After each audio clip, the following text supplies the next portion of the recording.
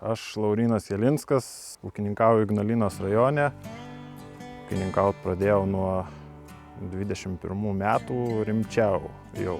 Kai ūkininkaut pradėjau nuo mažumės, tai tiesiog pradėjau tą ūkį ir suaugęs tęst, perimti iš tėvų šią veiklą ir pasirinkau mėsinę gyvulininkystę, nes pas mus žemės nederlingos, grūdų ten neužauginsi kosmosą, o čia toks daug darbo reiktų įdėti tai, bet verstis galima.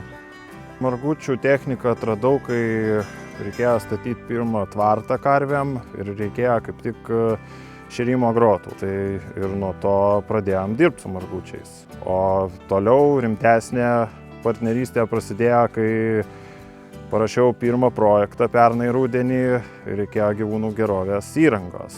Tai iš margučių nupirkau realiai visą segmentą gyvūnų gerovės įrangos. Tai šėrimo grotas, pertvaras, veterinarinį narvą, girdyklas. Tai nuo to ir dirbam iki šiol. Patenkintas tiek kokybė, tiek kainos santykių ir labai dideliu pasirinkimu. Nes galima rasti realiai viską, tiek šėrimo, grotas, segmentų įvairiausių, tų pačių lauko šėryklų, tai pasirinkimas tikrai labai didelis. Turim iš seniau įsigiję grūdų traiškytuvą iš margučių, taip pat paskutinis toks naujesnis pirkinys ekologinės akėčios. Tai kol kas šie tokie rimtesni pirkiniai irgi iš margučių.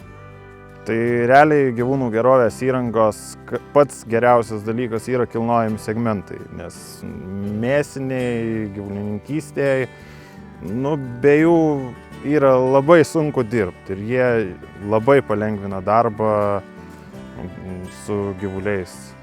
Tai tas labai geras dalykas, tas pats veterinarinis narvas, kai reikia paskiepyti ar gydyti gyvulį, irgi labai palengvina darbus. Tai vien dėl kainos ir kokybės, tiek iš gyvūnų gerovės įrangos, tiek iš pačios technikos pasirinkimo su margučiais tęsčiau bendradarbiavimą, nes labai viskas tenkina iki šiol, tai tikiuosi ir toliau viskas bus tvarkoj.